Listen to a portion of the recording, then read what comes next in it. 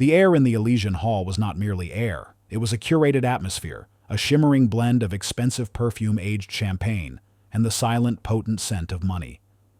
It clung to the velvet draperies settled in the intricate carvings of the gilded proscenium, and rose from the sea of tailored tuxedos and glittering evening gowns that filled the grand auditorium. From his vantage point at the periphery, Elias Vance moved through this opulent world like a ghost, his presence as unnoticed as the subtle hum of the ventilation system.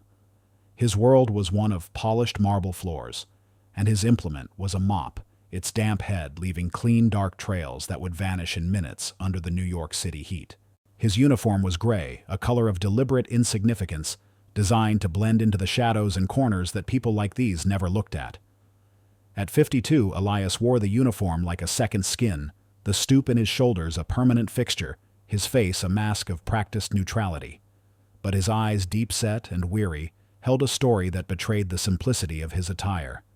They were the eyes of a man who had seen too much and was now forced to see too little. Most of the time they were fixed on the floor, cataloging scuff marks and spilled drops of wine. But tonight, they kept drifting, drawn by an irresistible gravity to the heart of the room. There on the elevated stage sat the reason for his torment and his only solace, a Fazioli F278 concert grand piano. It was a magnificent beast of polished ebony, its pristine surface reflecting the crystal chandeliers, like a dark still lake reflecting a galaxy of stars. Its keys, a perfect set of 88 teeth, seemed to hold a silent promise of infinite beauty and boundless expression. To the glittering guests, it was a piece of expensive furniture, a symbol of the hall's prestige. To Elias it was a shrine, a tomb and a mirror reflecting a life he no longer possessed. A phantom limb of his soul ached every time he looked at it. The evening's main event was a gala celebrating the launch of some new technological marvel, a fusion of art and commerce that Elias neither understood nor cared about. The man of the hour, the orchestrator of this grand symphony of wealth, was Julian Croft. At 30, Croft was the CEO of Chronodynamics, a tech wunderkind who had built an empire on algorithms and ambition. He stood on the stage, now bathed in a spotlight, accepting an award. He was handsome in a sharp, predatory way, his custom-tailored suit fitting him like an extension of his own arrogant skin. He held the crystal award aloft, a gesture not of gratitude, but of conquest. They say technology is cold, that it lacks a soul. Croft began, his voice amplified throughout the hall, smooth and confident. But I am here to tell you that we are on the cusp of a new renaissance, a world where the logic of machines can create a beauty more perfect, more precise than the fumbling efforts of human hands. A polite sycophantic applause followed. Elias felt a familiar bitterness rise in his throat. He had heard this kind of talk before. The arrogance of youth amplified by billions of dollars, convinced it could quantify the unquantifiable. Julian Croft, however, was not merely a purveyor of technology. He fancied himself a patron of the arts, a modern-day Medici. His particular vanity was the piano. He had taken lessons for years, and his PR team made sure the world knew he was not just a genius in the boardroom but also in the concert hall. And to demonstrate, Croft continued, a theatrical smile spreading across his face. I thought I would offer a small token of my appreciation. A little piece that speaks to the heights of human achievement, a benchmark that my creations will one day surpass. He walked over to the Fazioli and sat down, adjusting the bench with a flourish. A hush fell over the audience. They leaned forward in anticipation, their diamonds and pearls glinting in the dim light. Elias paused in his work, resting his hands on the handle of his mop, unable to look away. He knew what was coming. Croft had a reputation for choosing pieces far beyond his actual skill level, a musical hubris that was both baffling and predictable. Croft placed his fingers on the keys, and the opening notes of Liszt's La Campanella shattered the silence. The piece was a torrent of technical challenges, a dizzying display of rapid octave jumps, lightning-fast trills, and delicate bell-like notes in the upper register. It required not just virtuosity, but a lightness of touch, an almost supernatural control. In Julian Croft's hands, it became a massacre. The notes were there for the most part, but they were brutalized. The delicate bell-like melody was hammered out with a percussive force, each note a brittle shard of glass instead of a shimmering chime. His arpeggios were stiff, his chords muddy with the overuse of the pedal. He strained for the difficult jumps, his left hand landing clumsily, creating a discordant thud that made Elias wince physically. There was no soul, no grace, only a desperate, ego-driven struggle to conquer the music. It was the sound of a man trying to dominate beauty rather than surrender to it. Elias closed his eyes, the mangled melody a physical pain. He could feel the music as it was meant to be a ghost-like overlay of perfection against the clumsy reality of Croft's performance. He could feel the correct fingering in his own hands, the phantom sensation of ivory and ebony, the precise pressure needed for each note to sing. His fingers twitched a reflexive, agonizing memory of a life that was no more. When Croft finally struck the last merciful chord, there was a moment of stunned silence before the audience, ever dutiful, erupted into applause. It was loud, but it was hollow. Croft stood up and took a bow, his face flushed with exertion and pride, seemingly oblivious to the musical crime he had just committed. He mistook their politeness for adoration. He began to speak again, accepting their false praise when Elias saw it, a dark red stain on the pristine marble not far from the stage. A guest had spilled a glass of Cabernet. It was his job. He picked up his mop and pail and moved quietly along the edge of the room, his rubber-soled shoes making no sound.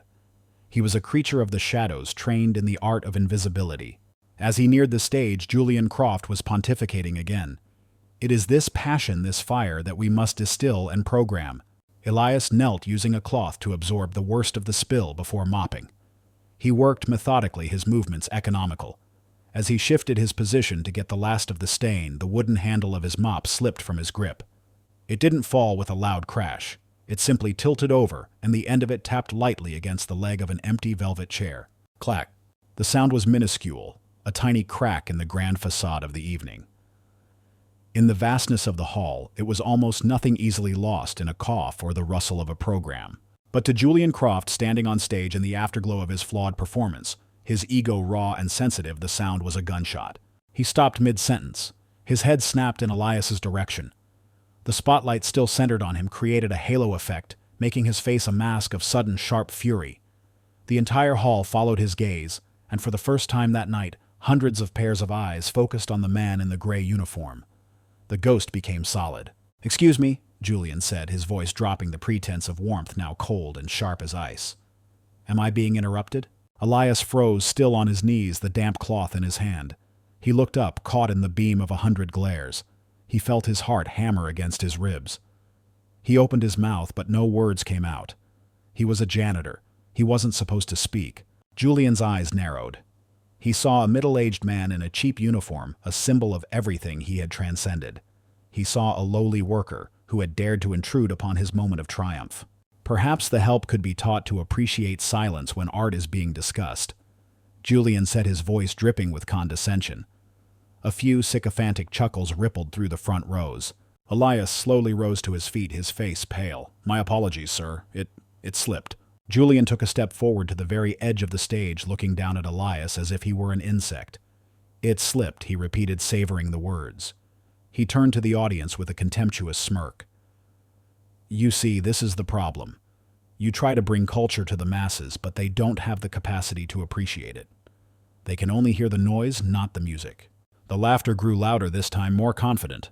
It was the cruel, easy laughter of a pack turning on the weak. "Tell me," Julian said, his gaze returning to Elias. "What does a man like you know of Liszt? Does the name mean anything to you? Or is it just another sound that interrupts your mopping?" He pointed a finger at Elias. "This man is a walking embodiment of why we need progress. He is a relic, a man whose only purpose is to clean up the messes of his betters. He is deaf to the beauty we are creating here. He is just another piece of garbage that needs to be swept away."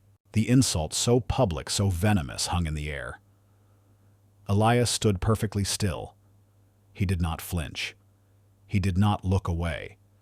He simply absorbed the humiliation, his face an unreadable cipher. But inside, a storm that had been dormant for a decade began to stir. The eyes that looked back at Julian Croft were no longer hollow. They were dark, ancient, and within their depths, a dangerous calm settled. It was the calm of a man who had already lost everything that mattered, and had nothing left to fear. He lowered his head in a gesture of submission that was not submissive at all. "Yes, sir," he whispered, his voice hoarse. Satisfied, Julian dismissed him with a wave of his hand and turned back to his adoring audience, the incident already forgotten. Elias melted back into the shadows, his heart a cold, heavy stone in his chest. He retreated to a small alcove behind a marble column, his sanctuary of invisibility. The laughter and applause faded into a distant roar. He leaned against the cold stone and slowly, deliberately looked down at his own hands. They were not the hands of a janitor. They were scarred and calloused, yes, but there was a strange tension in them. The ring and little finger on his right hand were slightly permanently curled inward, as if grasping a ghost. The knuckles were thick, the sinews roped from a different kind of labor. He made a fist, and the muscles protested a familiar fire of old pain shooting up his arm. These were the hands that had once commanded thunder and whispered lullabies from a piano. These were the hands that Julian Croft, in all his ignorant wealth, could never hope to possess. These were the ruins of a masterpiece.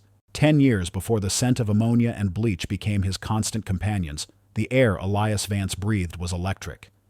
It was the charged atmosphere of a concert hall holding its collective breath, the palpable energy of 2,000 souls tethered to the movements of his 10 fingers. He was not Elias the janitor then.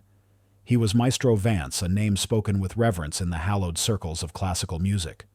His domain was the 88 keys of a concert grand, and from that throne he was a king. His past was a tapestry woven with sold-out performances at Carnegie Hall, the Vienna Musikverein, and La Scala. Critics had exhausted their superlatives trying to describe him. They wrote of his once-in-a-generation talent, his preternatural connection to the composers, but the word they used most often was fire. He didn't just play the music, he channeled it, wrestled with it, and bled for it on the stage. His performances were not recitals.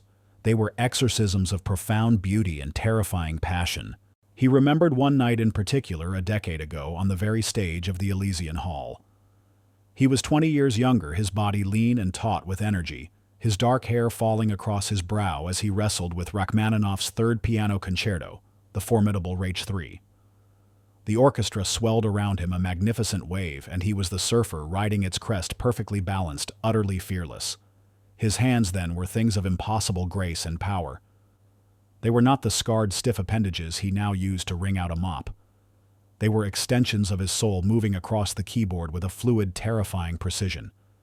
They could summon thunderous, earth-shaking chords one moment, and in the next trace a melody so delicate it threatened to evaporate into the silence. That night, during the final cadenza, he had felt that transcendent connection, the moment when the musician, the instrument, and the music become one indivisible entity.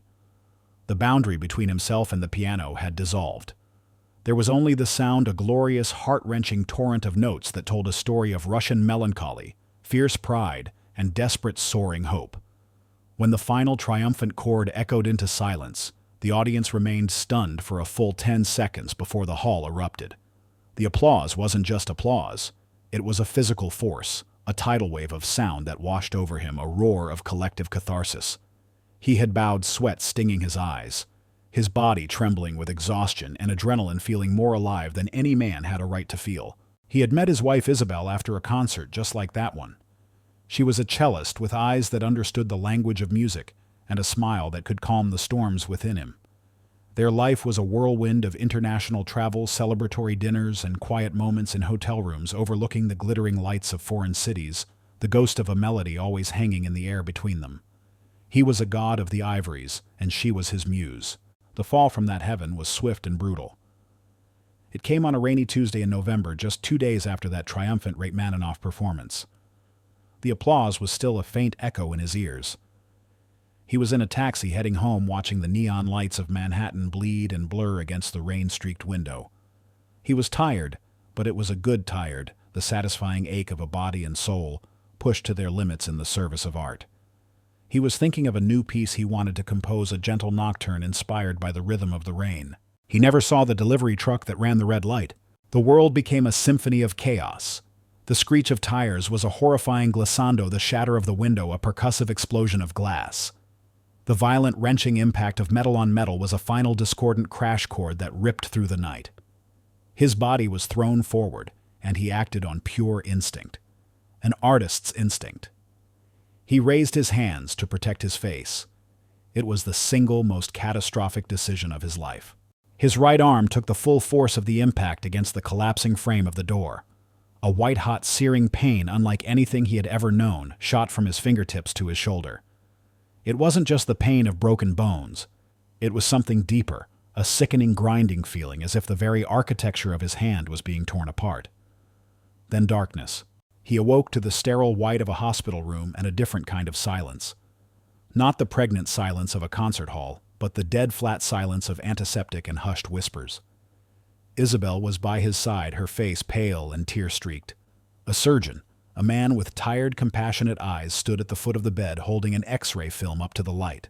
"The fractures in the ulna and radius will heal, Mr. Vance," the doctor said, his voice gentle but firm. "You were lucky. But there was significant trauma to the hand and wrist." He began to speak of things Elias had never considered: the median nerve, the ulnar nerve, the intricate web of tendons and ligaments. He used words like crush injury and extensive nerve damage. "What does that mean?" Elias asked, his voice a dry rasp. He tried to move his right hand, but it was encased in a massive plaster, cast a white coffin for his career. The surgeon sighed. "It means you will regain most of the function.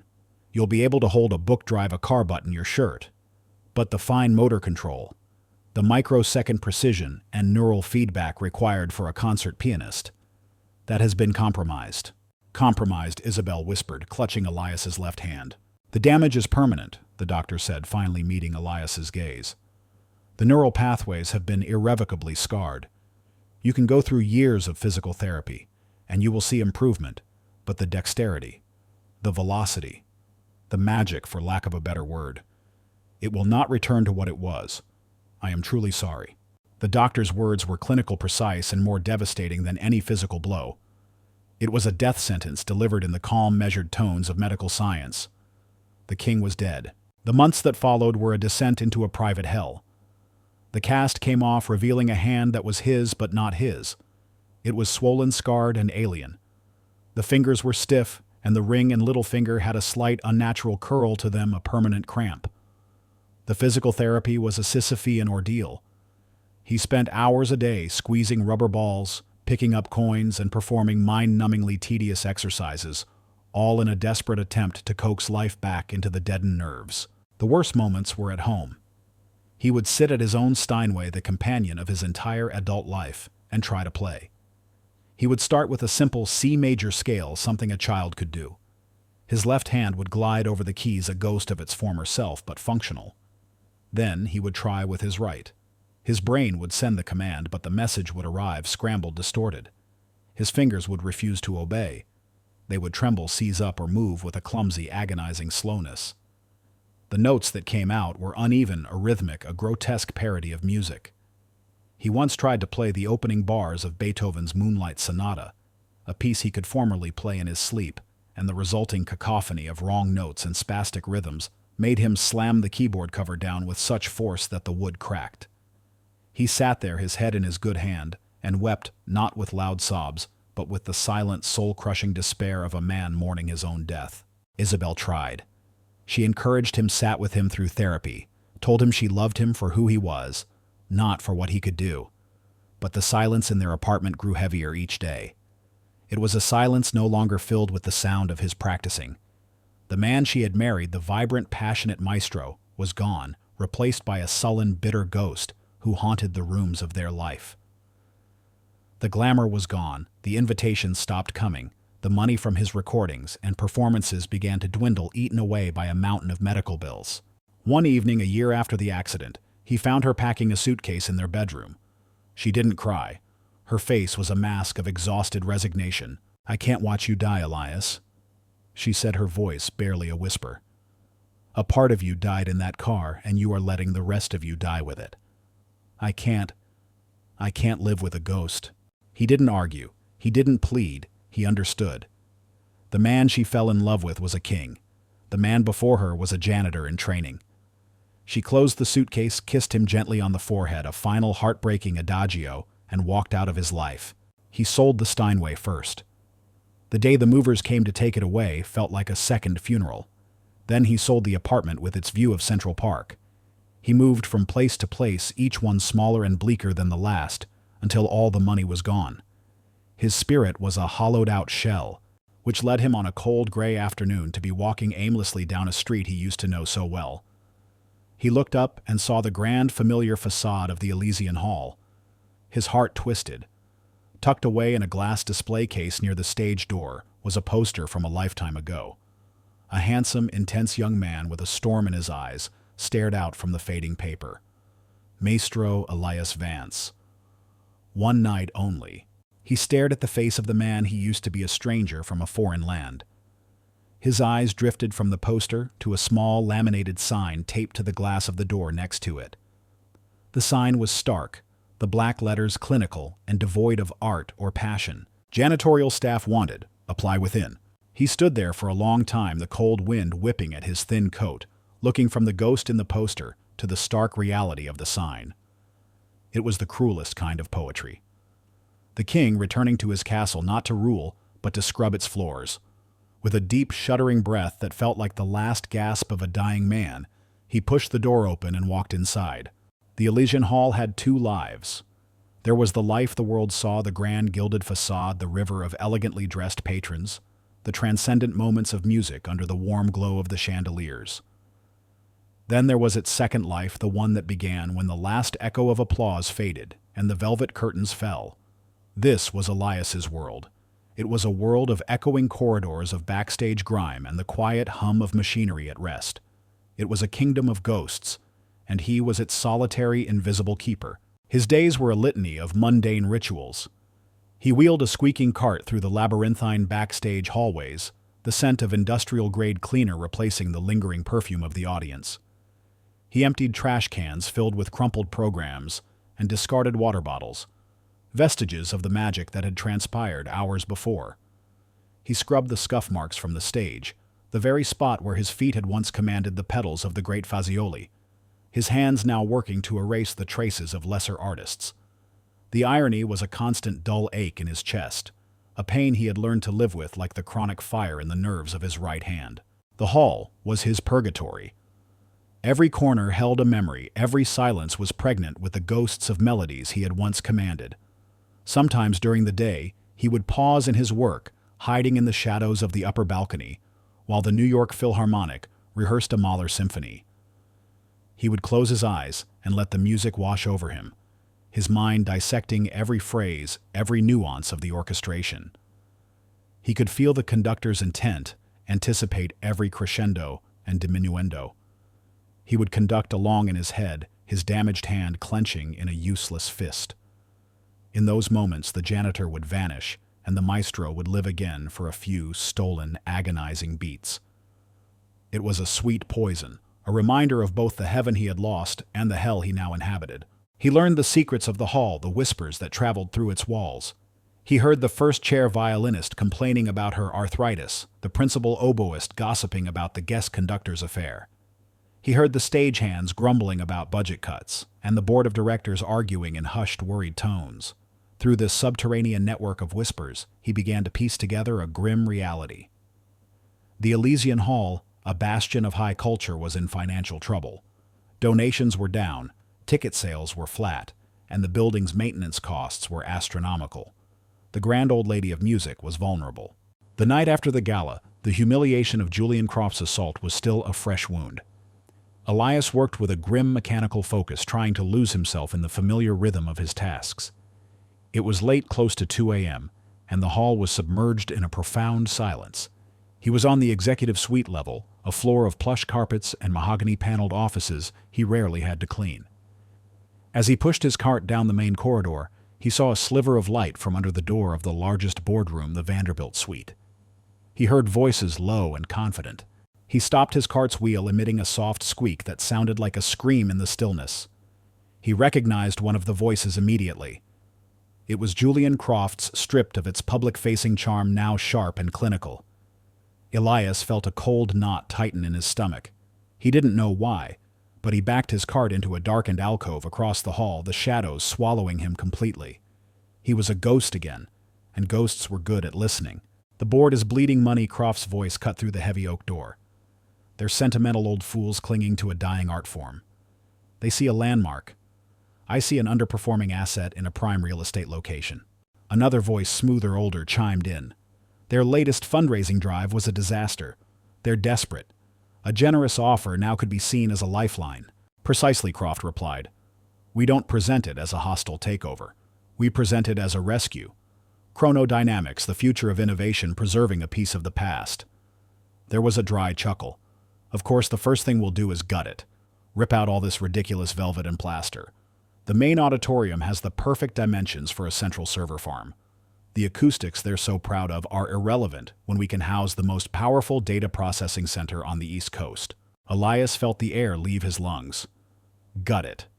The words were a physical blow. He pictured a wrecking ball smashing through the ornate proscenium, the stage where he had poured out his soul being torn apart to make way for racks of humming, soulless machines. This place, the last tangible link to his former life, was being discussed as real estate, its soul measured in square footage. And the symbolism is perfect. Croft continued, his voice swelling with self-satisfaction. The old world of art giving way to the new. It's a narrative the media will love. It will be the birthplace of a new kind of art, a perfect logical art. The conversation shifted, and Julian began to speak of his pet project, the one he had alluded to at the gala. Prometheus is ready. The AI has analyzed every major composition from Bach to Stravinsky. It understands music theory on a level no human ever could. It can generate a symphony in seconds, technically flawless, emotionally calibrated, free from the messy, unreliable impulses of human artists. Elias leaned his head against the cold wall, a wave of nausea washing over him. This was a desecration on a scale he could not have imagined. It was not enough for Croft to ruin a sacred space. He wanted to mechanize the sacred act itself. He wanted to replace the human heart with an algorithm. Think of it. Croft's voice was slick with messianic fervor. No more temperamental artists, no more flawed performances, no more waiting for inspiration to strike. Just pure mathematical perfection on demand. Why struggle with a flawed emotional creature like a human musician when you can have a god in a machine? We won't just make musicians obsolete. We will render them conceptually irrelevant. The phrase struck Elias with the force of a physical blow. Conceptually irrelevant. It was the codification of every insult Croft had thrown at him, the ultimate dismissal of his life, his art, and his suffering.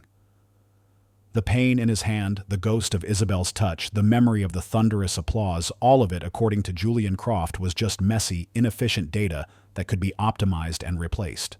The men in the room laughed, the sound of their amusement muffled and grotesque. They spoke for a few more minutes about stock options and demolition permits, their voices the sound of vultures carving up a kill. Elias waited motionless in the dark until the door opened and the men filed out. Julian Croft walked past his hiding place not 10 feet away, his face alight with the thrill of conquest. He did not see the ghost in the shadows. No one ever did. When their footsteps had faded down the corridor, Elias slowly pushed his cart out of the alcove.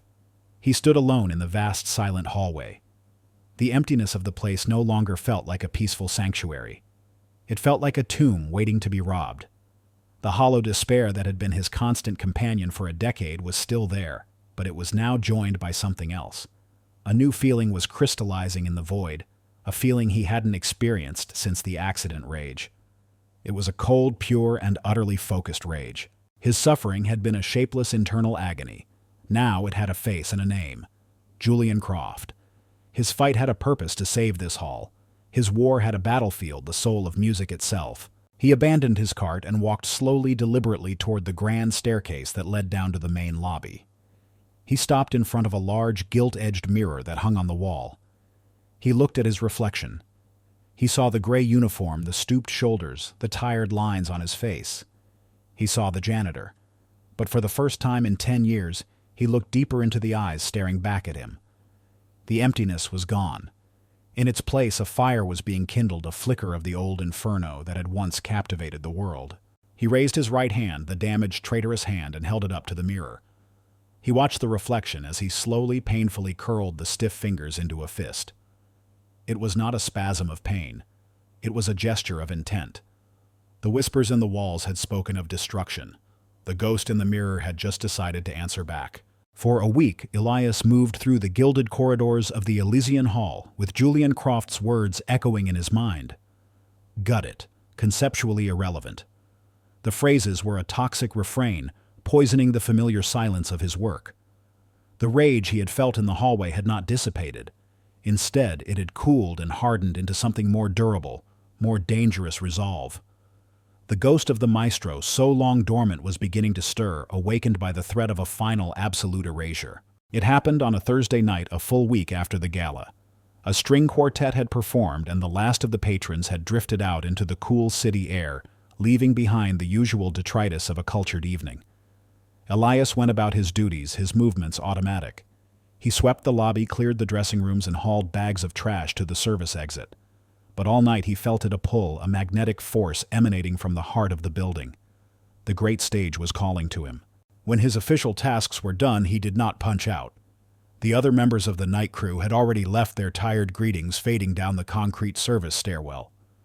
A profound and heavy silence descended upon the hall, the kind of quiet that is not an absence of sound but a presence in itself. It was the building's time to breathe, to settle its old bones after the strain of performance. Instead of heading for the exit, Elias turned and walked toward the main auditorium. His footsteps, usually so silent on the backstage linoleum, seemed to thunder in his own ears as he stepped onto the polished hardwood of the stage wings. He pushed open the heavy door to the stage proper, and the vast dark expanse of the empty hall opened before him. Rows upon rows of empty velvet seats sat in silent judgment, bathed in the faint ethereal glow of the single ghost light left burning center stage. The air was thick with the lingering electricity of the performance, with the ghosts of 1,000 beautiful notes. And there in the center of it all waited the Fazioli. It was a dark, monolithic presence, its lid propped open like a waiting maw. He walked towards it, each step a battle against a decade of ingrained fear and resignation. This was a violation. He was a janitor. He had no right to be here on this sacred ground. His hands began to ache, the familiar burn of damaged nerves protesting the very thought of what he was about to do. He ignored them. He reached the piano and stopped, not daring to touch it yet. He ran his eyes over its flawless surface, the deep liquid black of the ebony, the perfect, intimidating smile of the keyboard. This instrument was a testament to perfection, an object built with a singular purpose to translate human emotion into the universal language of sound. His hands, by contrast, were a testament to imperfection, to the wreckage of a life. Hesitantly, he reached out and touched the cool, smooth wood of the casing. A jolt like a static shock shot up his arm. It was a feeling of coming home. He walked around to the keyboard and slowly, stiffly sat down on the leather bench. The height was perfect. His body remembered even if his nerves had forgotten. He looked down at his hands hovering over the keys. The scarred, slightly curled fingers of his right hand seemed monstrous and clumsy against the pristine white of the ivory. He could hear the echo of the surgeon's voice. The magic will not return. He could feel the ghost of Isabel's final pitying kiss. He flinched, pulling his hands back as if the keys were hot coals. He couldn't. It was madness. It would only bring more pain, more confirmation of what he had lost. But then he heard Croft's voice again, dripping with condescending certainty. Flawed emotional creatures, conceptually irrelevant. The rage returned clean and cold, and it burned away the fear. He was not irrelevant. His pain was not irrelevant. His love for this music, a love so profound it had survived the death of his own ability to create it, was not irrelevant. He took a deep, shuddering breath and placed his fingers on the keys. He did not attempt a thunderous chord from Rachmaninoff or a dizzying run from Liszt. He knew the futility of that. Instead, he reached for something else, a melody that had been quietly composing itself in the silent recesses of his mind for the past 10 years. It was a theme born of his suffering, a musical question that had no answer. The first notes to emerge were hesitant, almost shy. They were quiet, dissonant, like the sound of a cracked bell. It was the sound of his right hand, the fingers struggling to find their place. The timing slightly off, the pressure uneven. It was the sound of brokenness. He didn't fight it. He leaned into it. He made the flaw a part of the music. Then the left hand joined, providing a simple, sorrowful foundation of chords, a bed of dark velvet for the fractured melody to lie upon. And as he played, something began to shift. The melody from the right hand, still limping, still bearing the scars of his injury, began to find a strange and haunting beauty in its own imperfection. It was a theme that fought for its life, a string of notes that stumbled and caught itself, that fell into dissonance, only to rise again into a moment of breathtaking, heartbreaking clarity. It was the story of his life told without words. The opening bars were the accident, the chaos, the pain, the confusion. The central theme was the long gray decade that followed the loneliness, the despair, the ghost-like existence. But then a new section began, a surge of harmony that was not triumphant, but resilient. It was the sound of a single stubborn weed pushing its way through a crack in the concrete. It was the sound of the rage he now felt, a defiant roar against the dying of the light. Upstairs in a small office overlooking the lobby, Eleanor Vance was packing her briefcase. At 65, she was the doyenne of New York's music critics, her reviews in the Times capable of making or breaking a career. She was sharp, discerning, and after 40 years in the business, almost impossible to impress. She had stayed late to finish her review of the string quartet, a competent but ultimately forgettable performance. She was tired and ready for a glass of wine and the comfort of her cat. As she shrugged on her coat, she heard it. A faint thread of sound so quiet she at first thought it was a ringing in her ears. A piano. Her first reaction was annoyance. Was it a security guard messing around a student who had snuck in? She walked out into the hallway, her irritation growing, and followed the sound as it grew slightly in volume, pulling her down the grand staircase and toward the main auditorium. She pushed open one of the rear doors and slipped inside, her eyes adjusting to the gloom. The music was clearer now, a melody that was both profoundly sad and strangely beautiful. She saw the lone figure on the stage, a silhouette against the ghost light. She couldn't make out his face, only the slumped posture of the man at the piano. Eleanor stood frozen in the aisle, her briefcase slipping from her fingers and landing on the plush carpet with a soft thud. Her irritation vanished, replaced by a deep professional and then intensely personal curiosity. The music was unlike anything she had ever heard. It had the harmonic complexity of Scriabin and the melancholic soul of Chopin, but it was overlaid with a raw, modern vulnerability that was entirely new. It was deeply personal, almost painfully intimate, as if she were eavesdropping on a confession. And the style. There was something in the phrasing, in the way the musician lingered on certain notes and rushed through others, a unique rhythmic signature that tickled a distant memory. It was a ghost from the past. It reminded her of the one pianist whose disappearance she had mourned more than any other. A young man who played with a fire that had bordered on dangerous. A man who had vanished from the music world a decade ago. No, she told herself. It's impossible. Elias Vance is gone. On stage, Elias was lost. The hall, the mop, Julian Croft, it all dissolved. There was only the music pouring out of him, a torrent of unshed tears and unspoken grief. He played the final section, a quiet, resigned coda that was not an ending of despair, but one of weary, sorrowful acceptance.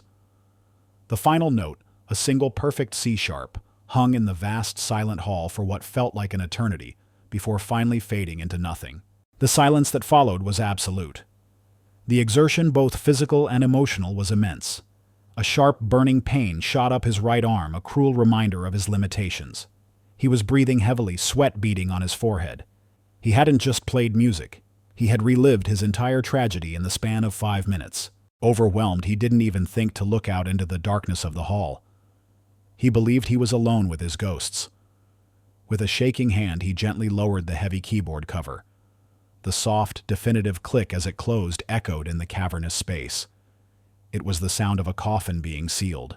He stood up on stiff legs and, without a backward glance, shuffled off the stage and disappeared into the shadows of the wings from which he had emerged.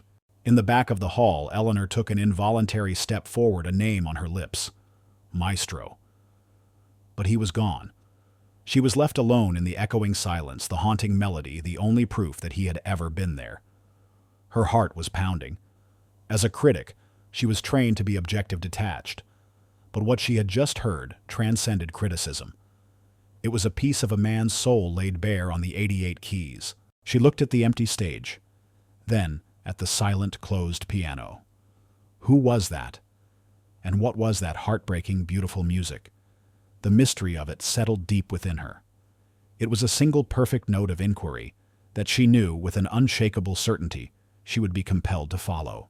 The ghost note from the Fazioli echoed in Eleanor Vance's mind for days, a persistent, unshakable memory. It was more than just a beautiful melody. It was an enigma, a loose thread in the perfectly ordered tapestry of her world. For 40 years she had lived by a simple creed: music could be analyzed, Artists could be categorized, and every performance could be deconstructed to its essential components. But the music she had heard in the dead of night defied all her taxonomies. It was raw, unrefined, and yet more potent than anything she had heard on a concert stage in a decade. Her initial inquiries were met with polite bewilderment. The night manager, a portly man named George, assured her no one had authorization to use the main piano after hours. Probably the ventilation system, Ms. Vance, he had suggested, his tone implying she was a doddering old woman hearing things. Make some strange sounds. The security guards shrugged their eyes glazed over with the boredom of 1,000 uneventful nights.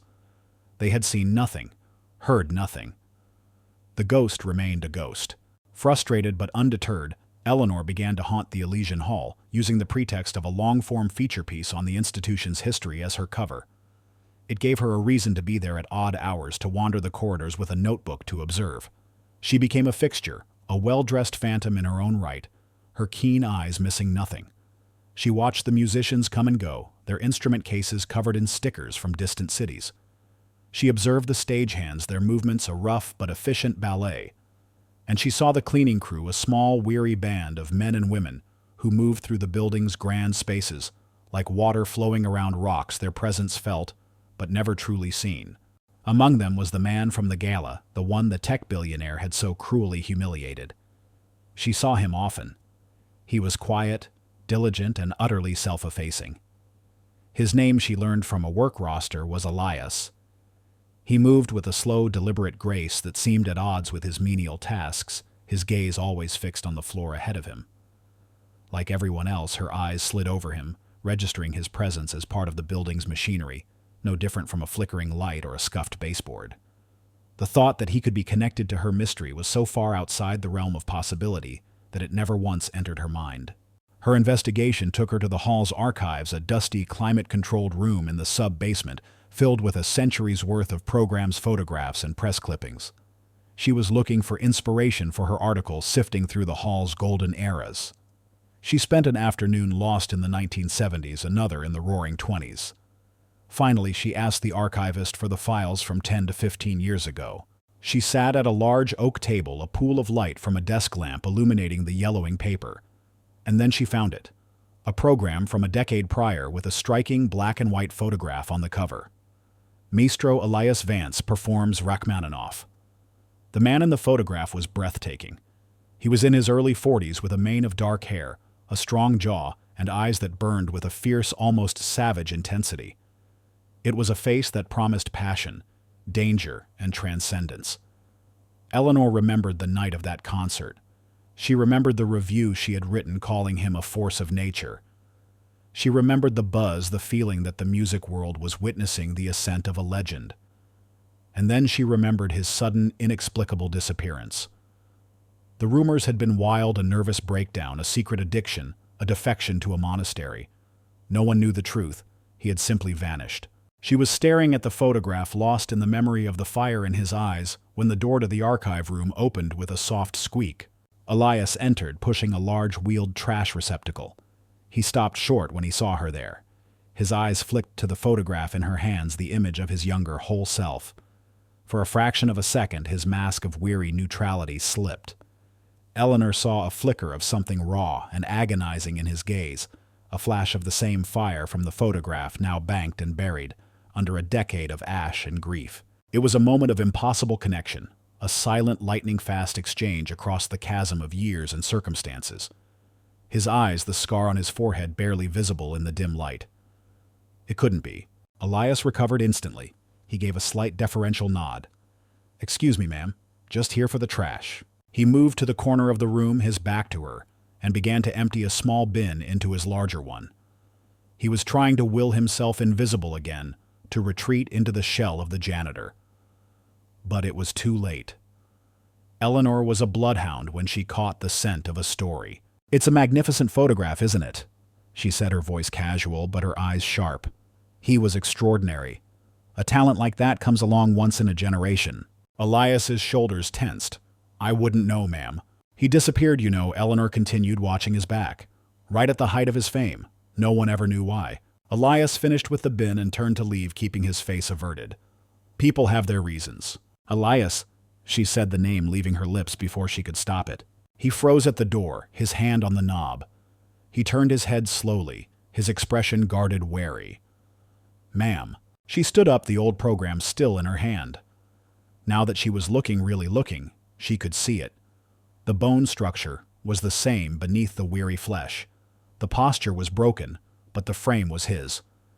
And the eyes, though haunted, were undeniably the eyes of the maestro. She decided on a different tack. "A few nights ago," she began, her voice soft, "I was here late, and I heard someone playing the piano in the main hall. It was the most honest piece of music I've heard in 20 years. She paused, watching his face for any reaction. There was none. It was a strange melody. It sounded broken, but beautiful. She hummed a few bars of the theme, the fractured, limping tune he had played. For the first time, a genuine emotion crossed his face, stark, undisguised panic. "I'm a janitor, ma'am," he said, his voice flat, stony. He held up his right hand, turning it over in the lamplight, a gesture of final, irrefutable proof. The network of scars over the knuckles, the permanent claw-like curl of the last 2 fingers, it was a declaration of ruin. These hands don't make music anymore. They just clean. Any other person would have stopped there, convinced and embarrassed. But Eleanor Vance had built her career on seeing past the obvious. She looked at the damaged hand, a shiver of understanding running through her. She finally understood the dissonance in the music. She'd heard the sound of a brilliant mind trapped inside a broken vessel. She looked from his hand back to his stormy, defiant eyes. "You're right," she said quietly, and his face relaxed for a fraction of a second. That music wasn't made by a pianist's hands. She took a step closer, her voice dropping to an intense, confidential whisper. It was made by a composer's heart. It was the sound of a man who had been through hell and had lived to write the score. It was the sound of survival. She held his gaze, refusing to let him look away. "I know who you are, Maestro Vance." The name, spoken aloud after a decade of silence, struck him like a physical blow. The stony facade he had so carefully constructed over 10 years finally shattered. His shoulders sagged, the fight going out of him, replaced by a profound, bone-deep weariness. It was not a dramatic collapse, but a quiet, slow deflation, the final surrender after a war he had long since lost. The terror of being seen was eclipsed by the unbearable relief of it. "Please," he whispered, the single word a plea for mercy, for understanding, for an end to the charade. "I'm not here to expose you," Eleanor said quickly, her tone shifting from inquisitor to ally. "I'm here because I need your help. We both do." She told him everything then, not just a suspicion, but a certainty. Through her sources on the board, she had learned the full extent of Julian Croft's plan. The offer had been made. The board was considering it. The hall, she explained, had maybe 6 months before it would be sold and destroyed. "He called you irrelevant?" Eleanor said, her own voice now laced with a cold anger. "He thinks art, the very thing you gave your life to, is an algorithm to be solved and discarded. He wants to turn this place, your stage, into a server farm." Elias listened, the weariness in his eyes slowly being replaced by the cold, hard light she had seen in the archive room.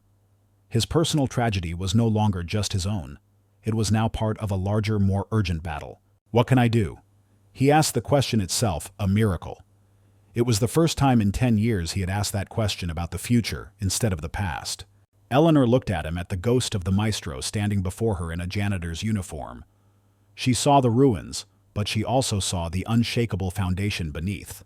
"The world thinks you're dead, Elias," she said, a fierce, determined glint in her eye. "It's time to show them how wrong they are." Eleanor Vance's apartment was a world away from the echoing corridors and antiseptic smells of Elias's life. It was a sprawling pre-war residence overlooking the Hudson, and every surface was a testament to a life lived in the service of art. Bookshelves overflowed, spilling their contents onto the floor. Stacks of music scores leaned precariously on tables. The walls were a dense collage of framed concert programs, signed photographs of legendary musicians, and abstract paintings that pulsed with color. The air smelled of old paper lemon tea and the faint, pleasant dust of history. Elias sat on the edge of a deep velvet armchair, looking profoundly out of place. He was wearing a simple, dark sweater and trousers that Eleanor had insisted on buying for him, but he still wore them with the apologetic posture of a man in a uniform. For 10 years, his world had been one of concrete floors and industrial efficiency. The cluttered intellectual warmth of this space felt like a foreign country. Julian Croft is a predator of a very modern sort, Eleanor said, pacing in front of the large window, a delicate teacup in her hand. He doesn't conquer with armies. He conquers with capital, and he disguises his destruction as disruption. She was the general, her living room the war room. His launch event for this Prometheus is in 4 weeks. It's not just a product launch, it's his coronation. He's timed it to coincide with the final vote from the hall's board. He wants to present the acquisition as an inevitability, the triumphant march of the future. Elias listened, his hands clasped tightly in his lap. So we have 4 weeks. 4 weeks to orchestrate a miracle, Eleanor corrected, her eyes sharp. We can't fight him in the boardroom. He has the money, the power, the narrative, so we have to fight him on the stage. Your stage. The plan she laid out was audacious, theatrical, and terrifyingly simple. It was a public duel. During the launch event, at the moment of Croft's greatest triumph, she would use her formidable reputation to interrupt. She would stand up not as an activist, but as a critic, and question the very soul of his creation. She would challenge him to prove the superiority of his machine, not against a recording of a dead master, but against a living, breathing artist. And that artist, she finished, her gaze locking with his, will be you. Elias felt a cold dread mix with the hot burn of his resolve. In front of all those people, they'll laugh me out of the building. I'm the janitor, he humiliated. Exactly, Eleanor's eyes flashed. The narrative is perfect. The forgotten master, the invisible man rising from the ashes to defend the honor of human art. It's David and Goliath with a grand piano. The media will devour it. Croft will be forced to accept the challenge or look like a coward who is afraid to back up his own claims. If you play and you move them, you won't just be saving a building, Elias. You will be reminding the world of something it's starting to forget. The logic was sound, the strategy brilliant, but it all hinged on one terrifying, insurmountable obstacle. Eleanor, he said, his voice low. I can't play. Not like I used to. What you heard that night, that was a fluke, a ghost. My hands. He held up his right hand, the curled fingers a permanent testament to his ruin. I'm not asking for the hands of the young Maestro Vance, she replied gently. We don't need his fire. We need yours. We need the music that comes from this. She gestured from his scarred hand to his heart. The rest is just logistics. The logistics involved a skeleton key she had acquired from a grateful stage manager years ago, and a forgotten practice room in the labyrinthine sub-basement of the Elysian Hall. Room 3B. It was little more than a closet filled with dusty stacked chairs and old discolored posters. In the corner sat an old Baldwin upright, its wood scarred, and its keys yellowed with age. It was neglected and slightly out of tune, a far cry from the majestic concert grands he was used to. It was perfect. It was a humble altar for a humbled priest. His first session was a new circle of hell. Under the bare bulb of the practice room he sat before the Baldwin, the air thick with the smell of dust and decay. He lifted his hands and the familiar tremor began the protest of nerves that had been rewired by trauma. He tried to play a simple hand and finger exercise, a warm-up he had once been able to do in his sleep at blistering speeds. The result was a catastrophe. His fingers were clumsy strangers refusing the commands of his brain. The rhythm was a chaotic mess, the notes colliding in a muddy, discordant jumble. The nerve pain, a dull ache he usually kept at bay, flared into a sharp stabbing fire that shot up his arm. It was the sound of failure amplified in the small, enclosed space. After a minute of this clumsy torture, he stopped, slamming both hands down on the keys in a crash of pure, agonized dissonance. The ugly sound hung in the air, a perfect reflection of the ugliness he felt inside. He slumped over the keyboard, his forehead resting on the cool, dusty wood, his body racked with silent, shaking sobs. It was hopeless. The ghost he had felt on the stage a week ago was gone, replaced by the grim, unchangeable reality of his crippled body. He practiced every night for a week, and every night was the same. He would sneak down to room 3B after his shift, his heart a mix of desperate hope and crushing dread. He would fight with his own hands for an hour, his frustration mounting with each failed scale, each clumsy arpeggio. The janitor was at war with the maestro, and the janitor was winning. Eleanor would often find him there, sitting in the dark, staring at the piano with dead eyes. She never acted like a coach or a taskmaster. She would simply bring him a thermos of hot tea, pull up a dusty chair, and sit with him in the quiet companionship of the forgotten room. She spoke to him not of technique, but of meaning. "Tell me about the music you heard in your head that night," she said one evening after he had given up in disgust. "It was just a feeling," he mumbled. "What feeling?" she pressed gently. "Was it angry? Sad, hopeful?" "It was all of it," he said, looking at his hands. "It was the feeling of being broken." "Then stop trying to play the music of a man who was whole," she said, her words striking him with the force of a revelation. "He is gone, Elias. Stop trying to resurrect him. His music required perfection. Yours requires truth. Don't play what Liszt wrote. Play what you wrote." Her words unlocked something deep within him. That night he didn't try to play scales. He closed his eyes and searched for the melody he had summoned in the dark, empty hall. He found it a fragile thread in the chaos of his mind. He began to play it slowly, one note at a time. He didn't fight the clumsiness of his right hand. He incorporated it. The slight hesitation before a note became a dramatic pause. The inability to play a fast run became a reason to simplify the melody, to distill it to its most essential emotional core. The dissonances caused by his spasming fingers became an intentional part of the harmony, a reflection of the discord in his soul. He was no longer a pianist trying to execute a set of instructions. He was a composer telling his story. The music was his own. His weakness was becoming his language. For the next 3 weeks, a new routine formed. By day, he was the invisible janitor. By night, he was the secret composer. He bought a cheap spiral-bound notebook and a pencil. In his small, bare apartment, he would sit for hours, painstakingly sketching out the music, his handwriting as cramped and difficult as his playing. The sonata began to take shape, a structure built from the rubble of his life. He called it, with a sense of grim irony, the janitor's sonata. It had 3 movements. The first, a chaotic and angry allegro titled The Wreckage. The second, a slow, desolate adagio, a decade of silence. And the third, a final defiant movement that was not quite triumphant but fiercely, stubbornly alive, the ghost and the flame. On the last night before the launch event, he sat in room 3B, the completed dog-eared score propped up on the Baldwin. He took a breath and began to play his sonata from beginning to end for the first time. The music filled the small room, a sound that was uniquely his. It was the sound of a man who had walked through the fire and had returned not unscathed, but forged into something new. The notes were not always clean. The rhythms were sometimes strange and limping, but it was relentlessly, brutally honest. For the first time in 10 years, the sound that came from the piano matched the sound that was in his heart. He played the final rising chords of The Ghost and the Flame, and the music swelled with a deep, resonant power. It was not the dazzling fire of his youth. It was something else. It was the steady, enduring heat of an ember that has refused against all odds to be extinguished. He finished, and the last note faded into the dusty silence. He sat there, his chest heaving, his arm aching, and he knew. He was ready. The night of the digital premiere. The Elysian hall was transformed. The warm golden glow Elias knew so well had been vanquished, replaced by the cold, sterile blue and white light of a tech launch.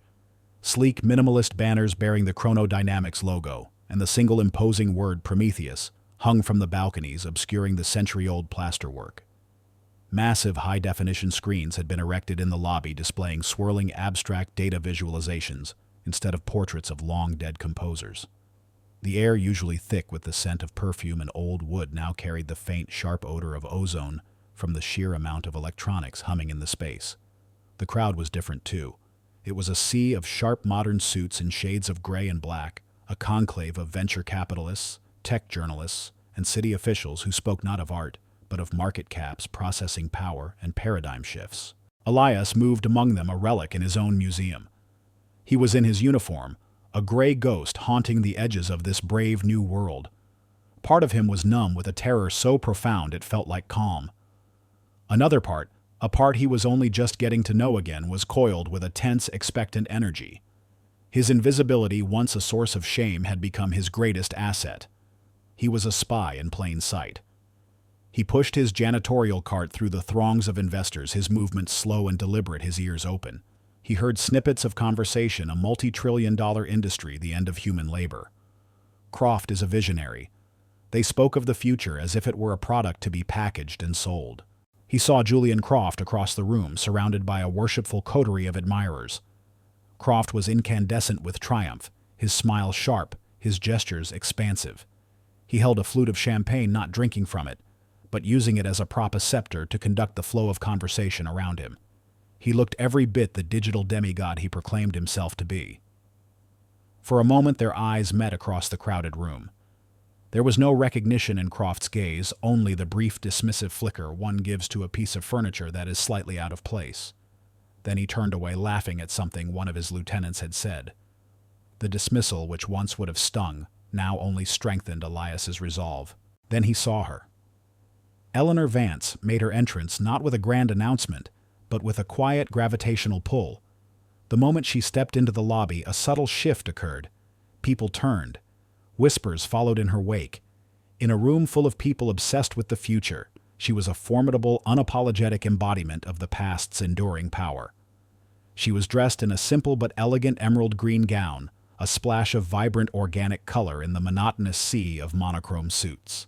She was a queen, and this hall, no matter what banners were hung in it, was her territory. She moved through the room with a polite, cool detachment, nodding to the few people she knew, her expression unreadable. As she passed the alcove where Elias was pretending to wipe down a brass railing, their eyes met for a single charged second. She gave him a nod so slight, so infinitesimal, that no one else in the world could have perceived it. It was a signal. The pieces are in place. He responded with an equally minute dip of his head. I am ready. The main event began. The audience filed into the auditorium, the stage now a futuristic tableau. The magnificent Fazioli was there, but it looked different, somehow violated.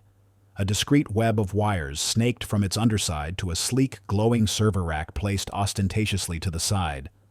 Above the stage, a screen the size of a cinema display glowed with the Prometheus logo. Julian Croft walked to the center of the stage to a storm of applause. He stood at a transparent lectern, a master of the universe, about to unveil his latest creation. For centuries he began, his voice booming through the state-of-the-art sound system. Art has been held hostage. Hostage to the whims of human emotion, the limitations of our biology, the inefficiency of inspiration. He paced the stage, his movements rehearsed and charismatic. We have revered the flawed, celebrated the imperfect, simply because we knew no better. We treated the unpredictable spasms of the human nervous system as genius. Tonight that era ends. Elias stood in the shadows at the back of the hall near the main exit, his mop and pail his only disguise. Every word Croft spoke was a nail being hammered into the coffin of the world he had loved. My creation, Prometheus, is not an artist, Croft declared, his arms spreading wide. It is art itself. It does not feel, it calculates. It does not hope, it processes. It has learned every rule of harmony, every nuance of counterpoint, every secret of orchestration from the entire history of human music. And like a perfect student, it has surpassed all its teachers. Tonight, Prometheus will not play you a piece of music. It will present you with a mathematical proof of the nature of beauty. He gestured to the piano. Ladies and gentlemen, I give you the future. I give you Symphony No. 1 in C-sharp minor, the logical sublime. The lights in the hall dimmed to a deep blue. A low synthesized hum filled the air, and then the piano began to play. The keys of the Fazioli depressed and rose on their own, moved by an invisible, inhuman force. It was eerie, unsettling. The music that filled the hall was on a technical level breathtaking. It was a work of staggering complexity, a dense tapestry of sound, with intricate fugues, soaring melodic lines, and a harmonic structure so advanced it would have taken a human composer years to conceive. The orchestra, following a digital conductor on their screens, joined in with perfect robotic synchronization. On the massive screen above the stage, the music was visualized as a swirling, impossibly complex galaxy of light and color. It was a stunning, overwhelming display of processing power. Elias could hear the gasps of amazement from the investors and journalists around him. He heard the frantic tapping of fingers on touchscreens as reporters filed their breathless stories in real time. They were witnessing what they had been told to witness, the birth of a new god. But Elias and Eleanor, who sat impassive in the third row, heard something else. Or rather, they heard the lack of something. The music was perfect, but it was a sterile perfection. It was like a perfectly symmetrical face with no expression. It followed all the rules of composition, but it broke no new ground of the heart. There was no struggle in it, no pain, no joy, no yearning. There was no messy, glorious, unpredictable humanity. It could imitate the sound of passion with a crashing crescendo, but it could not know passion. It was an architectural blueprint of a cathedral, but it was not the cathedral. It was a flawless imitation of life, which made it in the end utterly lifeless. The symphony continued for a full 20 minutes, a relentless and overwhelming torrent of technical perfection. It built to a final massive crescendo, a wall of sound so loud and complex and perfectly executed that it was physically staggering. The final chord, a massive C-sharp minor chord played by the full orchestra, and the piano was held for a full 10 seconds, with perfect unwavering intensity, before cutting off into absolute shocking silence. For a moment the audience was stunned. Then the tech contingent, the investors, the journalists, the futurists erupted. They leaped to their feet, their applause thunderous, ecstatic. They were applauding the machine, the code, the triumph of logic. They were applauding the future. Julian Croft walked back to the center of the stage, his face alight with an almost divine arrogance. He spread his arms wide, a conquering hero accepting the adulation of his people. He let the applause wash over him, a triumphant smile plastered on his face. In this moment he was invincible. His vision had been vindicated. The future had arrived, and it was his. The hall was his. The world was his. He stood there basking in the noise, completely and utterly triumphant, unaware that his meticulously constructed world was only seconds away from being shattered by a single perfectly timed question. Julian Croft stood center stage, arms outstretched, accepting the digital storm of applause as his divine right. The symphony of his machine, a monument to his own genius, had concluded, and the reaction from the most important segment of the audience, the ones with the checkbooks and the media credentials, was everything he had dreamed of. He was not just a CEO, he was a prophet, and he had just shown them the promised land. As the applause began to crest, he raised a hand for silence, a gesture of practiced magnanimous authority. "Thank you," he said, his voice resonating with false humility. "Thank you. What you have just heard is more than music. It is the sound of inevitability. It is the sound of a future free from the constraints of flawed human biology." He smiled, a flash of white teeth in the cool blue light. "It is the sound of progress. A progress my company Chronodynamics will now house within the walls of this very building, transforming it from a museum of the past into a laboratory for the future." The investors applauded even louder at the mention of the acquisition. It was a victory lap. Elias, standing in the deep shadows at the back of the hall, felt a cold stillness settle over him. The moment was coming. His heart was a slow, heavy drum against his ribs. Then it happened. As the applause began to die down, a single figure in the third row rose to their feet. The movement was calm, deliberate, and it commanded attention in a way that shouting never could. A lone spotlight, seemingly from nowhere, left Julian and found the figure bathing her in a column of pure white light. It was Eleanor Vance. A wave of whispers and murmurs swept through the auditorium. The tech journalists, who might not have known her on sight, were quickly informed by their neighbors. "That's Eleanor Vance, the Times critic." The atmosphere in the room shifted instantly from a tech conference to something far more serious. The Queen had entered the arena. Julian's smile faltered for a fraction of a second. He had not expected this. He squinted against the lights, recognizing her. "Ms. Vance," he said, recovering quickly, his tone laced with a condescending amusement. "An honor. I trust you enjoyed the performance." "I found it to be a remarkable achievement, Mr. Croft," Eleanor said, her voice clear and resonant, carrying to every corner of the hall without the aid of a microphone. She had the trained projection of a stage actor, a true marvel of engineering. "Your machine's grasp of complex counterpoint and orchestral texture is without question flawless." Julian's smile widened. Praise from the high priestess of the old guard was a delicious irony. "High praise indeed," he said. "I'm glad to see even the most traditionalist of minds can recognize the dawn of a new era." "Oh, I recognize it." Eleanor continued, her voice hardening with an undercurrent of steel. "But my question is this: what precisely has dawned?" She took a step into the aisle, the spotlight following her. "Your machine is a perfect echo, Mr. Croft. It has synthesized and replicated the language of music with breathtaking precision. But is it a voice? It has mastered the grammar of our art, but has it written a single word of poetry? The investors looked confused, but a ripple of interest went through the artists and older patrons in the room. Julian's expression tightened. This was not the fawning adoration he expected. Poetry is inefficient, Ms. Vance. My machine has transcended the need for it. Has it? Eleanor's question was sharp. Or is it simply incapable of understanding it? You have made grand claims tonight about the obsolescence of human artists.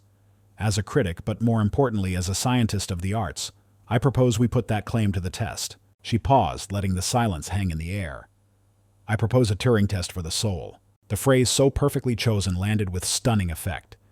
She was using his language, the language of machines and logic, and turning it back on him. I propose, she continued, her voice ringing with authority, a simple live comparison. Your machine Prometheus against a single human artist. Let us hear them back to back. Let the audience, not your marketing team, decide if the human soul has indeed been rendered irrelevant. A chaotic murmur erupted in the hall. It was a brilliant, theatrical, and utterly insane proposal. Julian Croft was momentarily speechless. Then he threw his head back and laughed a harsh, dismissive sound. A charming, if sentimental idea, Miss Vance, he sneered.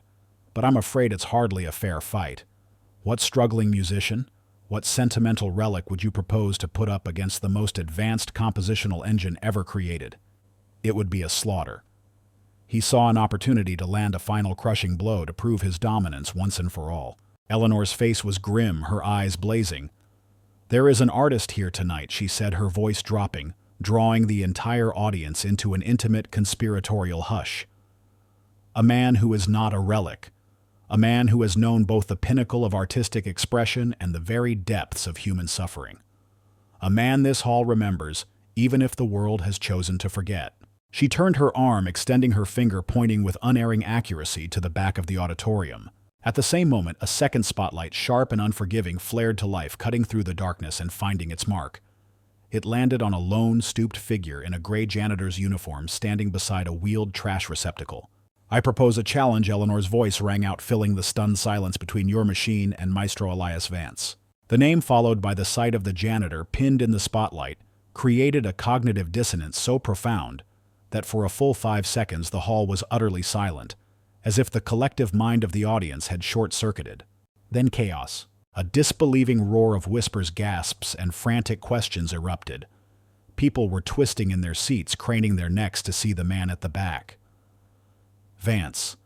Did she say Elias Vance?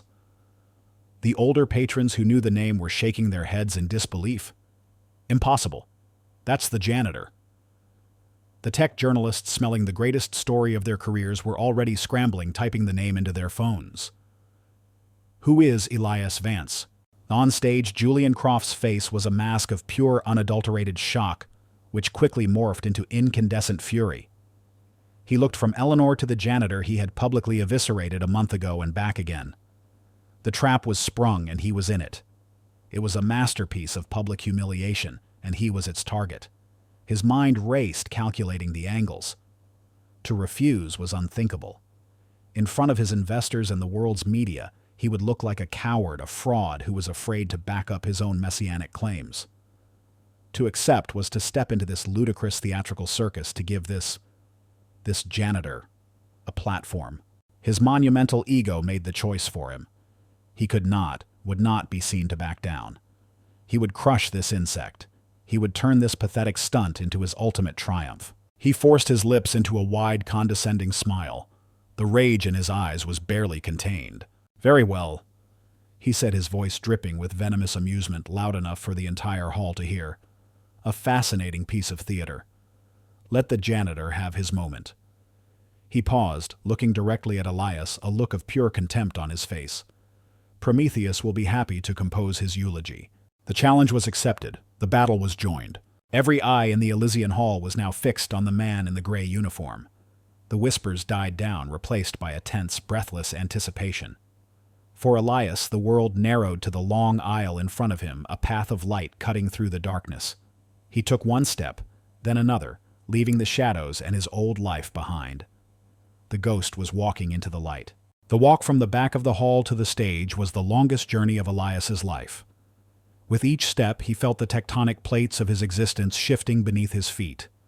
He was walking out of a decade of shadow, out of the comfortable anonymity of his grief. and into a glare more intense than any spotlight. The whispers of the crowd were a physical force, a wave of sound that washed over him. He could feel 1,000 pairs of eyes on him, dissecting him, trying to reconcile the impossible image before them, the stooped gray janitor, and the legendary, almost mythical name, Maestro Vance. Faces turned to him as he passed, a blur of confusion, pity, and morbid curiosity. He saw a woman in a diamond necklace point at him, her mouth agape.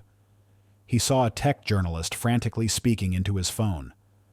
He saw the shocked, disbelieving faces of the musicians in the orchestra, people he had passed in the hallways 100 times, never once meriting a second glance. For 10 years he had been invisible. Now he was the most visible person in the world, and his very presence was a question that hung unanswerable in the air. He kept his own eyes fixed forward, not on the crowd, but on the shimmering black oasis of the Fazioli. It was his only landmark in this bewildering new landscape. The piano was his destination, his purpose. The rest was just noise. As he ascended the small steps to the stage, the world seemed to slow down. He was acutely aware of the worn rubber soles of his work shoes on the polished stage floor, the rough fabric of his uniform against his skin.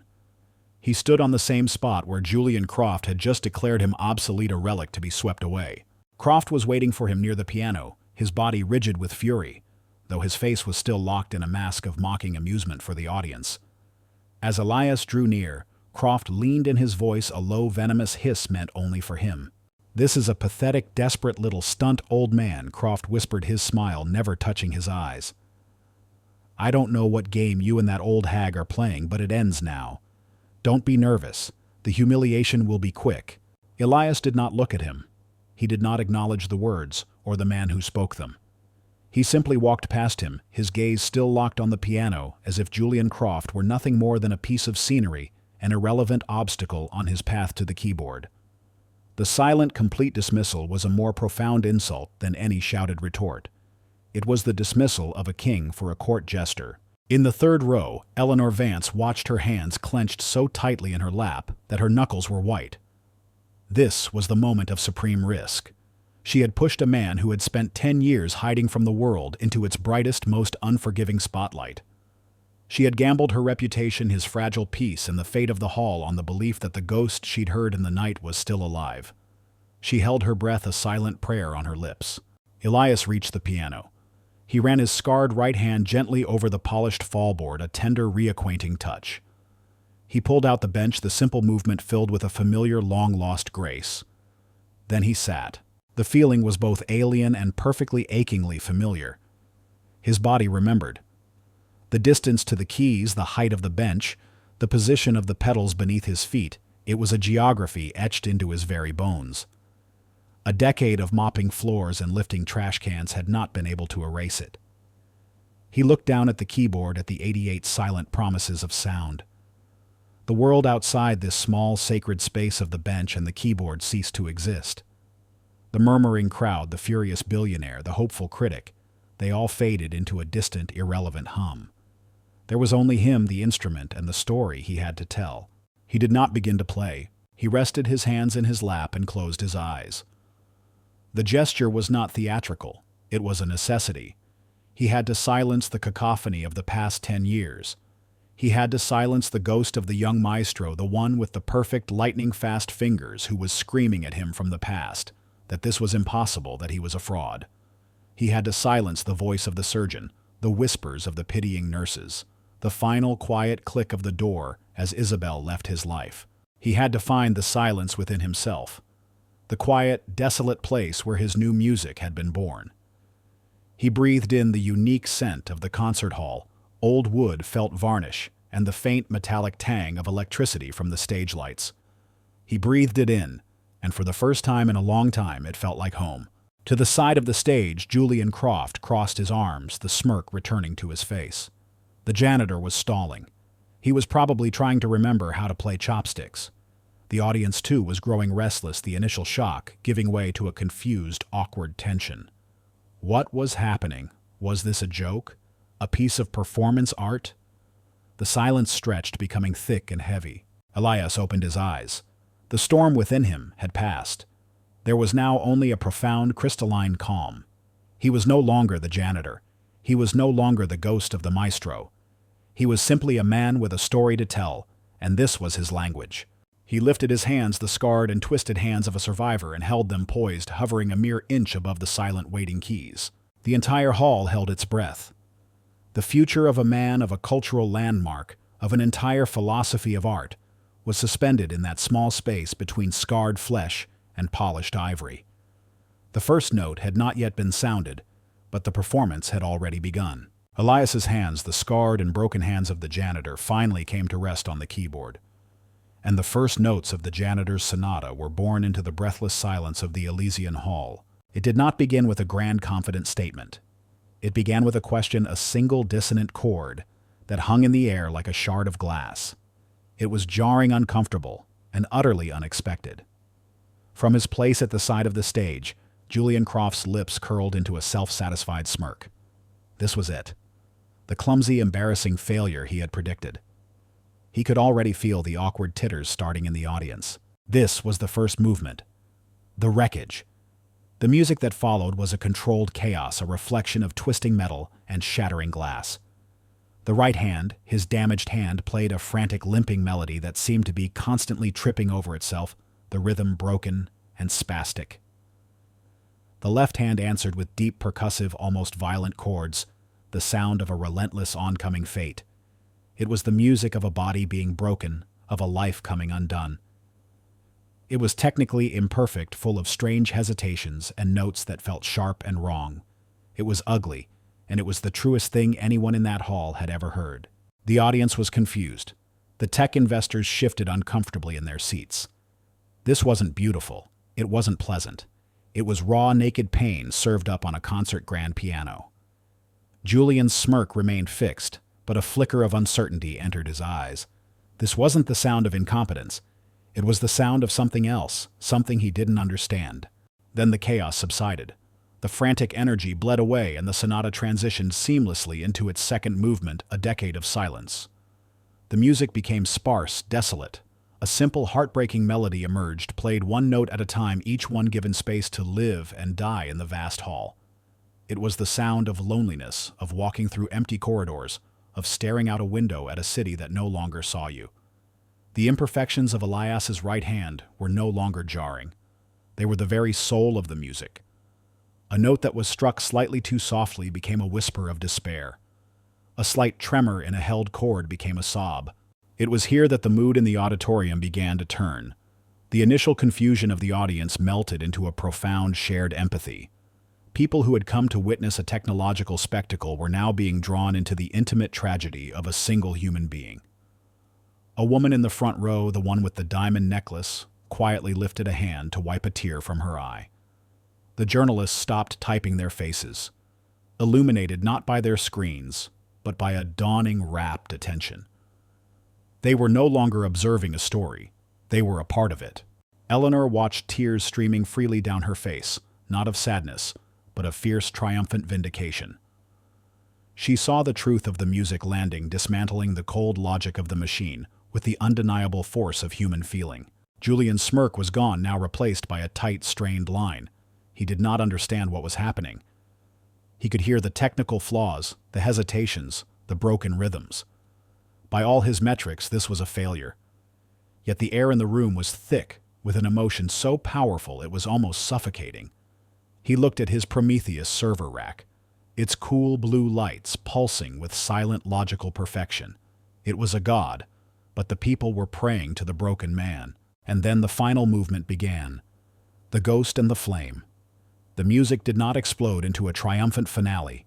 It started with a single low note, a single ember glowing in the ashes of the second movement. It grew slowly, painstakingly. Another note joined it, then another. It was the sound of a will reasserting itself, of a spirit learning to stand again. The melody was not the fiery, arrogant flight of his youth, but the slow, powerful, deliberate climb of a man who knew the cost of every single step. The theme built layer upon layer, the left and right hands no longer at odds but working together, the strength of one supporting the weakness of the other. The music swelled not with the perfection of a machine, but with the glorious, messy, indomitable power of a human heart that had been shattered and had painstakingly pieced itself back together. It was a harmony forged in the crucible of loss, a beauty born from the very scars that were supposed to have destroyed it. In the final passage, Elias did something extraordinary. He wove the dissonant, jarring chord from the very beginning of the sonata back into the melody. But this time, it was not a sound of pain. It was recontextualized, surrounded by the soaring, resilient theme transformed into a statement of acceptance and strength. He was acknowledging his wreckage, claiming it as a part of his story, and making it beautiful. He played the final chord, a deep, resonant C major that was not a cry of victory, but a statement of peace. It filled every corner of the vast hall, a warm, steady light after a long, dark night. He held the chord, letting it ring out, pouring the last 10 years of his life into that single sustained sound. Then he let it fade into silence. For a long, eternal moment, the hall was completely, utterly still. The silence was not empty. It was filled with the ghost of the music, with the weight of a shared human experience. It was more powerful than any sound. Then a single person in the upper balcony began to clap. Another joined in, then a dozen, then 100. Within seconds, the entire hall erupted. It was not the polite, impressed applause that had greeted the machine. It was a raw, visceral roar, a tidal wave of emotion. The entire audience was on its feet, shouting, cheering, weeping. It was the sound of 2,000 hearts recognizing the truth of another. On the stage, Julian Croft stood forgotten, his face pale and slack-jawed. The applause was not for him. The adulation was not for his perfect machine. He looked at the cheering crowd, then at the small, stooped figure of the janitor sitting at the piano, and for the first time in his life, he understood the meaning of the word irrelevant. He had been so obsessed with creating a perfect imitation of art that he had failed to recognize the real thing when it was mopping the floor right beside him. The media, who had been seated in the front rows, rushed the stage. They bypassed Julian as if he were a statue, their cameras and microphones all swiveling to focus on the man at the piano. Elias did not move. He simply sat with his head bowed, his hands resting in his lap, the emotional and physical cost of the performance crashing down on him. He had poured everything he was into that music, and now he was beautifully, triumphantly empty. The story of the janitor maestro became a global phenomenon overnight. The headlines were merciless: to Croft Soul versus Silicon Broken Janitors, Truth Silences Tech Billionaires, AI Chronodynamics. Stock plummets, after soulless. AI is humiliated by human heart. The acquisition of the Elysian Hall was not just dead, it became a public relations impossibility. In the wake of the story, a flood of donations poured in from around the world, securing the hall's future for generations. Julian Croft, the prophet of the New Age, became a cautionary tale, a punchline in 1,000 think pieces about the arrogance of Silicon Valley. Elias did not return to the grueling life of a concert pianist. His hands would never allow it, and his heart no longer desired it. The offers that poured in were for something different, something more. He accepted the newly created position of composer in residence at the saved Elysian Hall. His job was to create, to teach, and to be the living embodiment of the hall's renewed mission, a sanctuary for the messy, imperfect, and indispensable soul of human art. Months later, the stage of the Elysian Hall was quiet, bathed in the soft, warm light of a weekday afternoon. Elias sat on the bench of the Fazioli. He was not wearing a tuxedo or a janitor's uniform, but a simple, comfortable sweater. Beside him sat a young girl no older than 15, her hands hovering nervously over the keys. "I can't get the passage right," she said in frustration. "My fingers are not fast enough." Elias smiled, a gentle, easy expression that had been absent from his face for more than a decade. He held up his right hand. "Our fingers will often fail us," he said. "Perfection is a myth the machines tell themselves. Don't worry about playing the notes perfectly. Just tell the truth. The music will forgive you." He looked out at the empty, silent rows of seats, no longer seeing them as judges, but as friends. He had found his peace not by reclaiming the past, but by composing a new future from its broken pieces. The maestro was gone. The janitor was gone. In their place sat a teacher, a composer, a survivor. And for the first time in a very long time, he was whole. Thank you for joining us on this journey through the quiet corridors of loss and the grand stage of redemption. Stories like these remind us that the most beautiful music often comes from the most broken instruments, and that true strength is not the absence of weakness, but the courage to create beauty from our scars. The world often tells us to hide our imperfections, but perhaps they are the most valuable part of our composition, the very things that make our personal sonata worth listening to.